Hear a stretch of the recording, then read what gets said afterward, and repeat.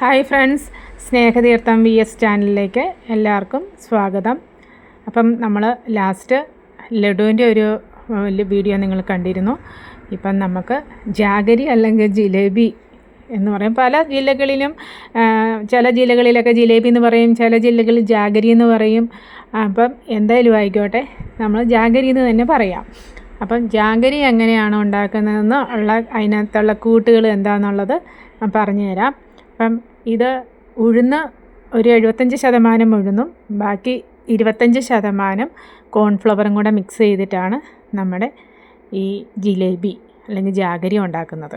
അപ്പം ഓരോരുത്തരുടെ ഇഷ്ടം അനുസരിച്ച് മഞ്ഞ കളർ വേണമെങ്കിൽ മഞ്ഞ കളർ ചേർക്കാം, ഓറഞ്ച് കളർ വേണമെന്നുണ്ടെങ്കിൽ ഓറഞ്ച് കളർ ചേർക്കാം. അതാണ് ഈ ജാഗരിയുടെ ആ കളർ വ്യത്യാസം വരാനായിട്ട്. അപ്പം 2 കളറിലാണ് നമ്മൾ കണ്ടിരിക്കുന്നത്. പിന്നെ ശർക്കര ഇട്ടിട്ടുള്ള ജിലേബിയോ അല്ലെങ്കിൽ ജാഗരി എന്ന് പറഞ്ഞാൽ ശർക്കര ഇട്ടിട്ടുള്ളത് നമ്മൾ ഈ പൂരപ്പറമ്പിലൊക്കെ നമ്മൾ കാണാറില്ലേ.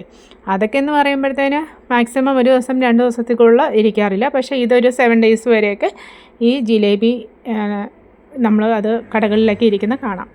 എന്തായാലും ഇത് ഉണ്ടാക്കിയിട്ട് പഞ്ചസാര പാനിയാക്കിയിട്ട് ഇതുകൊണ്ട് നല്ലവണ്ണം എല്ലാം കൂടെ ചേർത്ത് ഉഴുന്ന് കോൺഫ്ലവർ അതുപോലെ കളർ പൊടിയും കൂടെ ആഡ് ചെയ്തിട്ട് ഇത് ഇതിനകത്ത് നല്ലവണ്ണം ആട്ടിയിട്ടാണ് നമ്മൾ ഈ ജാഗരി ഉണ്ടാക്കിയ ശേഷം അത് നല്ലവണ്ണം പഞ്ചസാര പാനിക്കകത്ത് ആ ചൂടോടുകൂടി തന്നെ പഞ്ചസാര പാനിക്കകത്തോട്ട് ഇട്ട ശേഷം ഒരു 5 മിനിറ്റ് അത് നല്ലവണ്ണം പഞ്ചസാര നല്ലവണ്ണം അത് പിടിച്ചെടുക്കാൻ വേണ്ടി ഇട്ട ശേഷം 5 മിനിറ്റിന് ശേഷം അത് നമ്മൾ പഞ്ചസാര പാനിക്കകത്തൊന്ന് മാറ്റി തോർത്തിയ ശേഷം നമുക്ക് എടുത്ത് മാറ്റി വെക്കാം.